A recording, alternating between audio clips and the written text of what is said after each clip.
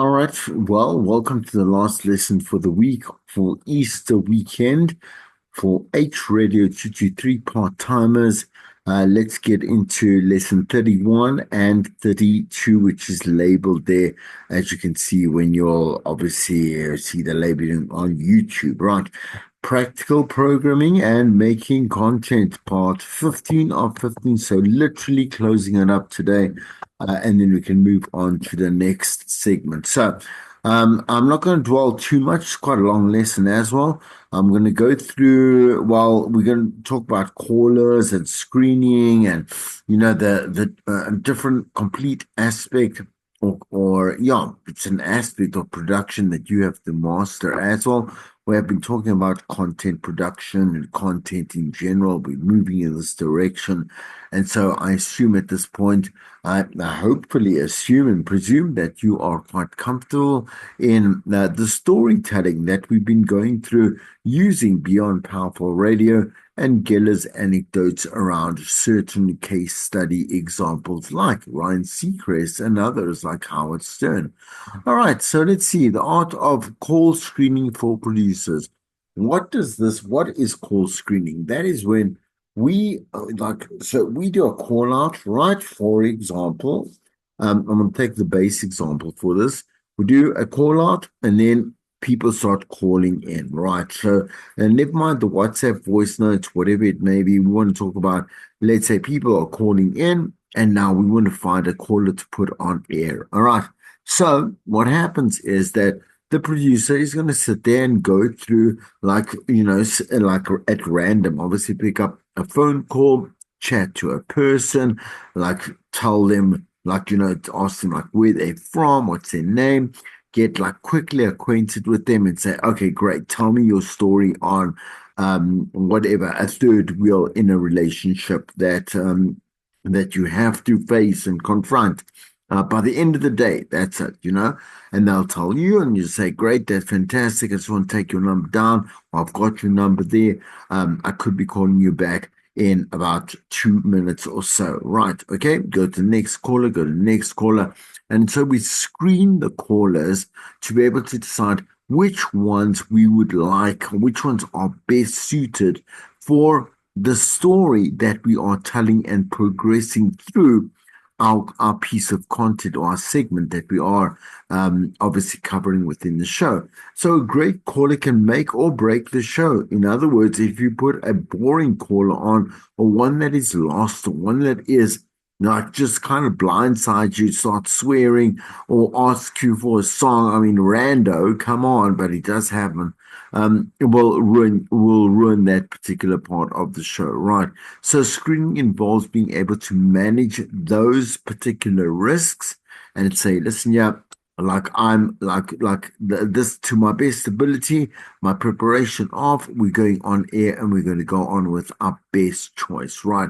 So this job obviously takes both art and skill. This is why we call radio a craft. And according to Dennis Clark, producer for the nationally syndicated Ride Secret show, he says, well, think of the phone as a second or third microphone. It doesn't matter where well, that it's located elsewhere. Treat it as another guest mic. In other words, as I said, you're talking to someone who could quite possibly or probably be a contributor to your show, right? So how do you screen out bad or boring callers while attracting great ones? It's predominantly actually falling on the presenter and how they obviously construct and execute, roll out, deliver the call out itself, right? Because up to this point, you've been hopefully leading the listener down an inclusive conversation and experience, right? And so they should be calling up with something really genuinely unique or cool to say, right?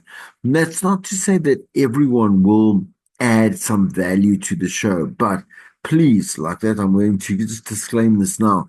You have to respect every single caller, even if you're not going to call them back. Just say, listen, yeah, thanks for the call. I might be giving you a call back, but I do appreciate the obviously the investment and the input into the show.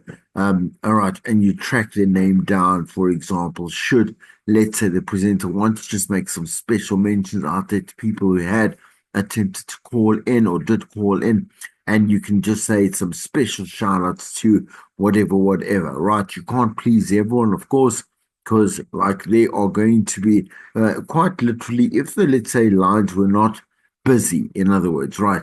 You could quite literally have thousands or hundreds, let's say not thousands, but hundreds of callers at unique, on saying on unique lines. You can't get them all, nor can you in the WhatsApp context either, right? So getting to speak on a talk show is not a given right. It's a privilege.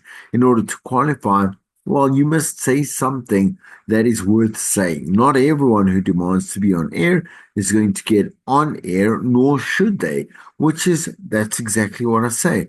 Don't I know that you're going to have this human um reaction to, man, you feel bad, oh man, like whatever it may be, this person sounds really nice, whatever, but they don't have what you're looking for to put on the show. To once again, remember, you want to produce the best product at the end of the day.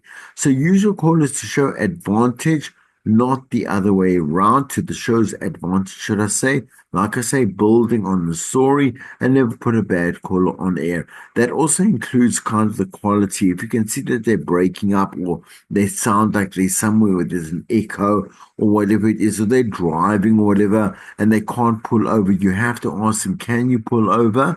Because I know that you are driving, and it could be dangerous, or whatever it may be, but more so you're actually saying, listen, I want your full attention on the obviously like your contribution and not on action half on the road and half on us, because once again it's going to risk quality, right? Okay.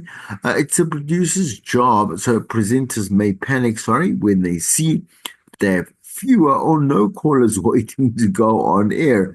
You know what? It's one predominantly your own fault because you put out content that no one was interested in contributing to, or it didn't make any sense, or you asked too much of a broad question without any kind of like the listener doesn't really know what and why they need to answer right now, right?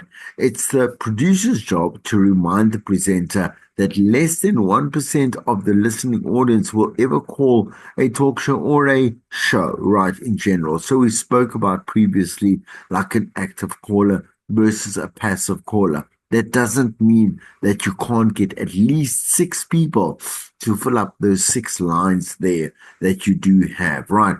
Because if you're going to propagate that you have thousands of listeners, then you should at least be able to get 10 to be phoning in, or even six, as I said, to fill up the lines, right? A number of blinking lights is the false indicator of how well a show is going. I'm not too sure if I agree with that. Again, because I was taught differently. Like, yes, sure, maybe some of them were calling in because they might have thought it's a competition, they're calling in for a prize, or it's, let's say, a long running competition. So in other words, it could be happening throughout the day, and perhaps maybe they again they misunderstood what a person should be calling in, and so they're obviously trying to win some money. Sure, in that there, I can agree within that context, but if you haven't done a good job, they will not be calling you, and that is a direct, like I say, reflection on what you have done on the show. If a presenter gets nervous by not seeing calls coming in, cover the call lights so that they can't see who is waiting. I do think that is, you know me, I want to comment all the time. I think that's babying why must we baby the presenter? The presenter must work so that we can do our job too, right? Okay. So sometimes a presenter might or can be so compelling, calls actually aren't needed. But here's my thing. If you ask for calls and let's say you're getting calls, I think that it's best that you put on at least one caller. to acknowledge and say, like, I'm not just what is it, a dictatorship here, do and say whatever I want, then you're going to go and do it, and then I'm going to do something else. No, proper ethics, right? Being ethical. Screening is a way to give power to a show by filtering out obviously elements that can hold it back or be boring. It's hear me with my saliva now. No, it's always one thing or another. But I got my water right. Anyway, avoid running the fun for ruining the fun for the listeners and, of course, for the host by telling them in advance what they will hear. Just give them a hint. In other words, a teaser. Right. Okay. So keep a bit of the magic for the on air, like so the on air moment. And to kind of put that in context, what I was saying is you have to brief also the presenter about the caller that is on air so that they have context and they can start at the most important point in that conversation that they're going to have with that listener. Work with and encourage presenters not to reveal what is happening. Please never behind the scenes. No one cares, right? Unless you try to make it a functional and contextual angle, no one cares otherwise, right? So telling them that you guys were having a good laugh off air and then just carrying on, like, like tell us what you were laughing about. Why are you telling us at all? Right, for example. Okay, so what makes for a good caller? You always know when you hear the caller. You do because they've got personality. They've got something to offer that's cool and interesting and insightful, whatever it may be. And so they're going to definitely add value too. A successful talk show may reject as many as 50, no, much more percent of the calls that come in, right? A good caller is relevant, interesting, funny, and poignant, which means they are to the point, right? Clear and concise, right? So, this is a person who adds to the show and obviously makes it better. As I said just previously, you've got to add to the story the same way you would use voice notes as well. To not say, like, play a voice note and say, well, again, so John now sends you a voice note. John says that his mother is 101 years old, right? And they're so excited and obviously blessed that she's been around for that long. But it's a big milestone, right? Now you come back on there. John just told us about his mother who's 101 years old, and man, is he happy. Like, what's the point? Why would you do such a thing? You've got to use the voice note, for example, and the caller as a stepping stone to be able to obviously move the conversation or the story or the show along. What makes for a good caller? Here are a few tips, right? If you are bored screening the caller, man, you know that they're not going to be great on air. They're going to be boring the listener on air. But again, if you put them on air, whose fault is it, right? So on, if you are discussing a human experience, it often works best to put on callers who have lived through the experience and have a story to tell or are very closely integrated with a story that they can, let's say, obviously convey from someone else's experience, like a friend or like a patient or a mother again or a I don't know, whatever it is, like, you understand. So they are close enough to be a reporter on that event. That's fine, right? But ideally, you're looking for people that actually know and feel and are empathize within that situation correctly, right? Avoid multi-part questions or a long rambling preamble. In other words, introduction, right? We want to be able to do one thought at a time, or execute one thought at a time, right? Remember, one thought, one link, but also at any one particular segue. So, in other words, we're segueing from one listener to another listener. We'll say, listen, yeah, let's make a clear, concise, like cut between the one and the other, as opposed to, should I say, confusing, right? The listener with more and more details and mixed up thoughts, and it makes no sense, right? So before you decide to put a call on air, make sure the point you wish to get across from their contribution is clear, concise, and focused, right? The listener will, one, possibly, right, take over the situation in the moment on air and you will lose control. So you look like you can't shut them up, right? With all due respect. The other reason why you can't shut them up is because they are not the ones in the studio. If you're not saying anything, they're just going to carry on and on. They don't know anything about, like, let's say, time management, and we need them to be, like, let's say, a minute on, or let's say 40 seconds or whatever. They don't know. They don't know. They're just doing what you told them to do. Go on and speak, right? Right. Anyway, so please note that everything, all these different like bits and pieces are all important to getting obviously a successful product out. All right. If you are targeting a young audience, then it makes sense to avoid like putting an older person on the line, right? And that goes the same for competitions. For example, if you are giving tickets out to an artist that we know has a much younger target audience or fan base, why would you give it to like a 40-year-old, 45-year-old, 50-year-old? That makes no sense at all. Now, that process on its own is a discussion which I'm not going to get into right now. Otherwise, we're going to sit here for stories and stories and stories, right?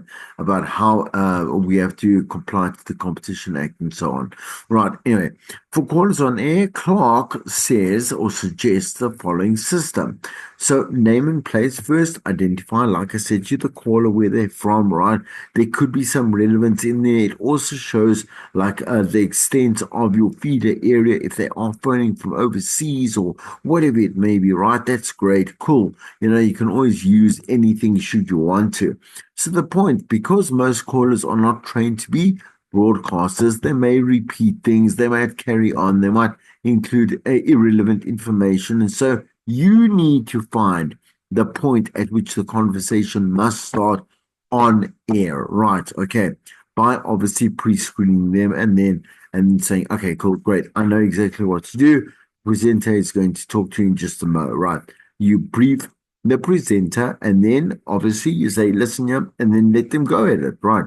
Closing the call is something of an audio hug, not a thank you for calling, but it should end in a positive or warm close out. On air, I'm saying, right?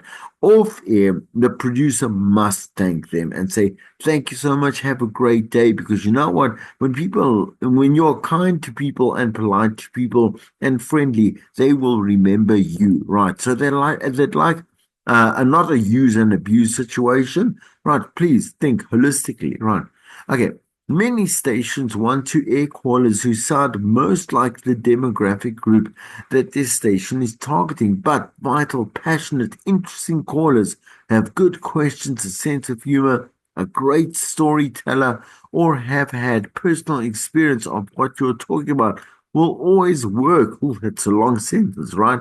No matter what their age, right? And remember, if you're a smart or experienced or creative presenter, you can use a variety of different callers to tell different angles or whatever it may be. Delve deeper, not challenge them from one to other, because it must serve you at the end of the day, right? Okay, so in other words, your product, right?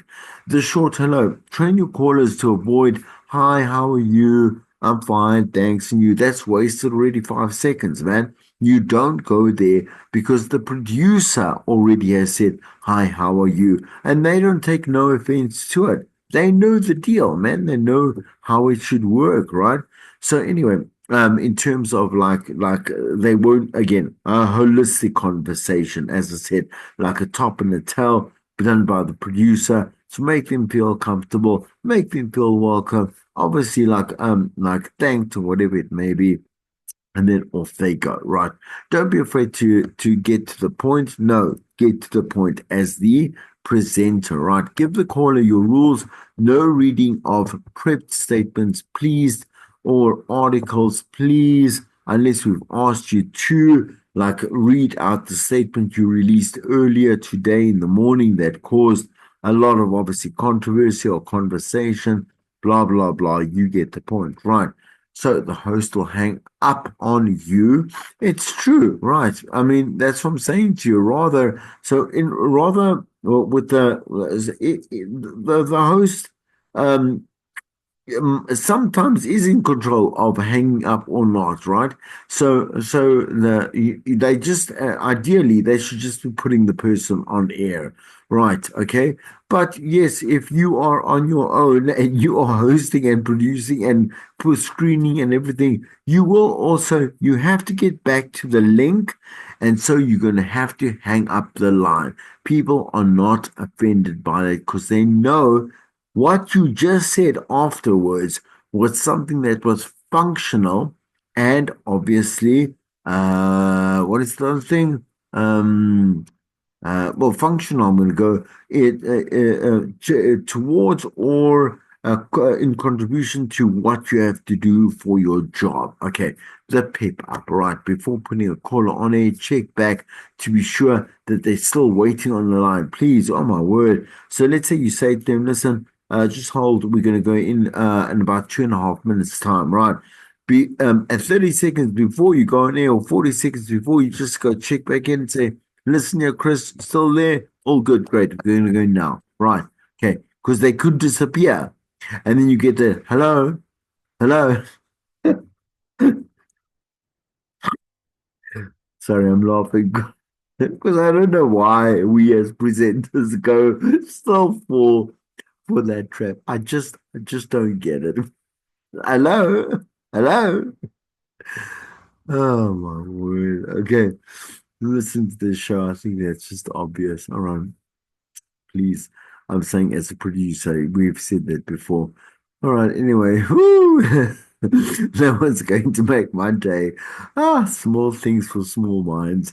Right, okay, there are many nice ways to say no. A screener needs a backbone. Like as I said there, just say there, listen, thank you so much for the contribution.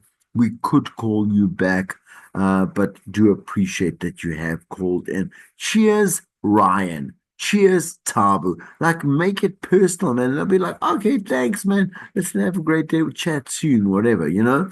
Um, have a sample script for screening callers, other and like polite rejections.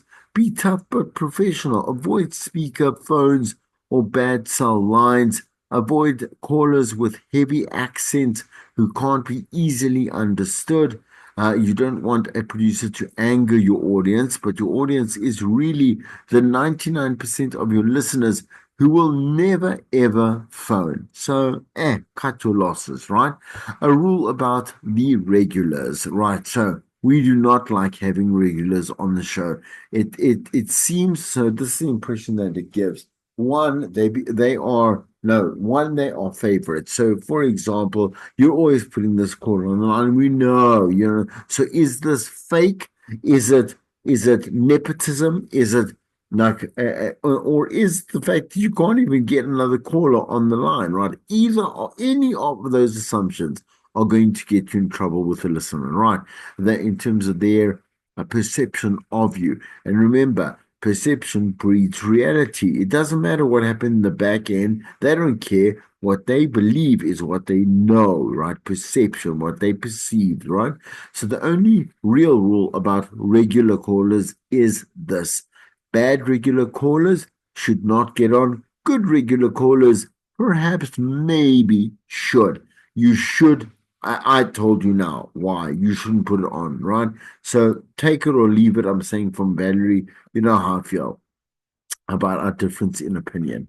All right, so sequencing calls to best determine the order of the calls, and here's also about like so don't put the climactic one, right? So the big caller, I'm saying the best caller on first. Why would you do that? So then you put the second best caller, and everyone goes like, oh, like anticlimax, right?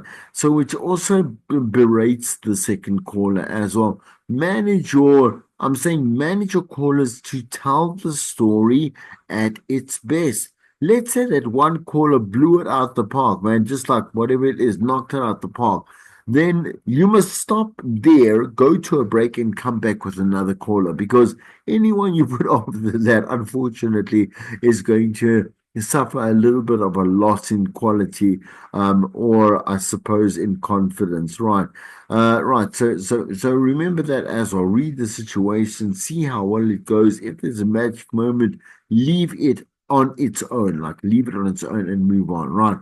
Okay, if the show, so I'm going to just skip over certain things here as well. If the show has guests representing several points of view, then alternate obviously different callers, right? To also always do this, right? Try to get different opinions and not yes men or yes women that only have one side of a story or one perspective or one contribution to take. Right, that first call on the show should be the best available caller. The first call often sets the tempo for the rest of the hour. Fair enough, right? Come out of each break. Yes, okay, but here, no, I'm backtracking. How do you know that that's going to be the best caller for the show? I'm saying of the show. Man, just go to what I said. If you can hear from when you pre-screen the callers that this one's a better one, then go with the better one or leave them in succession, right? Like figure it out and then like pull out the drama, make capitalize on the drama. All right, what makes for a good caller? She's been waiting for 48 minutes. He sounded fine when I pre-interviewed him. Put yourself on hold, messaging and emailing. Look, all these things are excuses, you understand? And also situations that I mean, come now, you understand? Here sometimes they do sound fine, and you know what they do?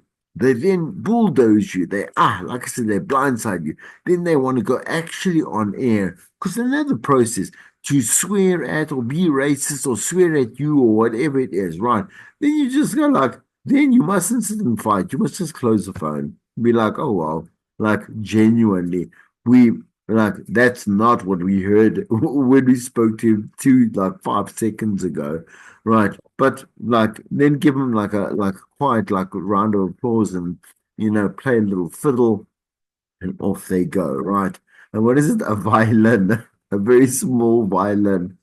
Presenters like to use interactive media, but the rule for including emails and instant messages, DMs, online, whatever it is, like you've got to say, split the reasoning why. Like, do you want an online experience? Then create one specifically, even centered or connected or related to the topic, right? With me, right? Okay. All right. Use it as a different advantage to add value. Why must you now include emails in this or that or whatever?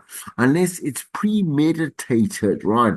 To be able to spark a springboard for a different direction that you want to go on. You understand, right? We're talking not WhatsApps and we're not talking calls. We're talking external media as well. Okay. Sorry for my nose. Honestly, really activating text messages. Let me just there, sorry, okay. Activating text messages. If you do use text messages from listeners on it, try reading them the way they would have wanted you to read them, the way that they would have said it on air. But also like re-paraphrase and, like quote unquote here in terms of giving it a little bit more drama. Right. Okay. So go to our website for more information. As a producer, if your host promises listeners that they will find a piece of info on the website, it is your job as a producer to make sure that it is there. If they're going to follow, I'm saying continue the conversation online, then make sure that you, as a producer, go ahead and follow up on that particular promise, right? Geller, Geller's international tips for talk shows. Let's go through them and close up the lesson. One, focus on your audience, not the 1% of the listeners who call in. Make sure your host has material to talk about if there are no calls. Don't let your lines jam. Screen out weak calls and keep some lines open for better calls. If you don't understand a caller, nobody else will either. So get rid of that call immediately. Get your callers relaxed and talking, and don't promise them that they will be on air. Build a database of sources that you can use for opposing opinions. So keep a track of those people. You literally are taking their numbers. You've spoken to them. You have decided maybe they won't fit now, but maybe I can call them again. And you think that that might work, but remember they're not your servants and they don't work for you. So 10 to 1. Like you'd have to be realistic about that as well. Be sure to give guests specific instructions on how to get to the studio and phone contact information.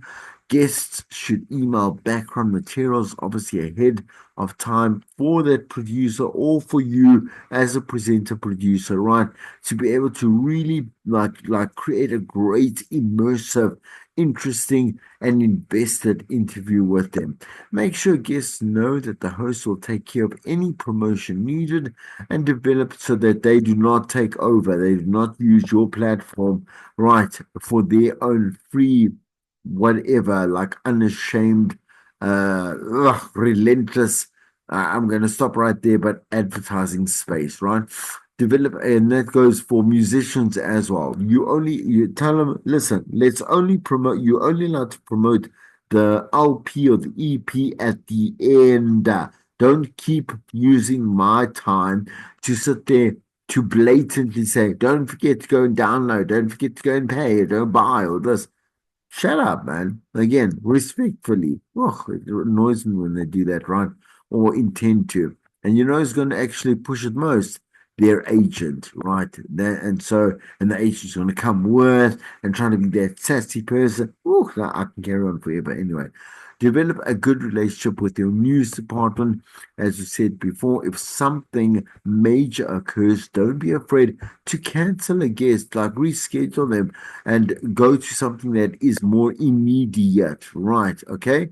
Call criteria or caller criteria from page 177. Can he or she offer an interesting personal experiencing pertaining or having to do with this topic? Two, do you or the audience care about this person? Does this person sound like a distinctive character, like a person you're interested in, right? Is he or she a good storyteller? Or do they have a great story to tell? Does he or she have a sense of humor? That's not, I mean, like I'm just saying to you, if they don't need to have a sense of humor, depends what they're calling in for, right? Does this caller have strong, passionate opinions on the subject? And also, educated would be a great one as well. So, knowledgeable. Is this a person you would find fascinating or enjoy talking to off air? Can this caller take the audience on a journey they cannot get to on their own?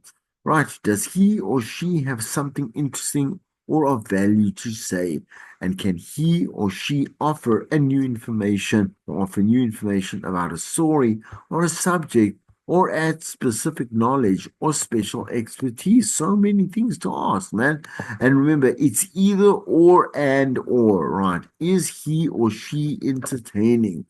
Right, there's the summary over there, and that's the end of the lesson. I don't want to drag it out, right? Yes, yes, yes, yes. Sorry, it's just giving me some messages. Really, once again, happy Easter, and be safe and be happy and be grateful, be blessed. And obviously there'll be more recordings next week because once again, that is the cycle. Okay, again, if you do need anything, I'm saying assistance, please book some time with me. Obviously one on one, and we can chat about resolving stuff. All right. Cheers.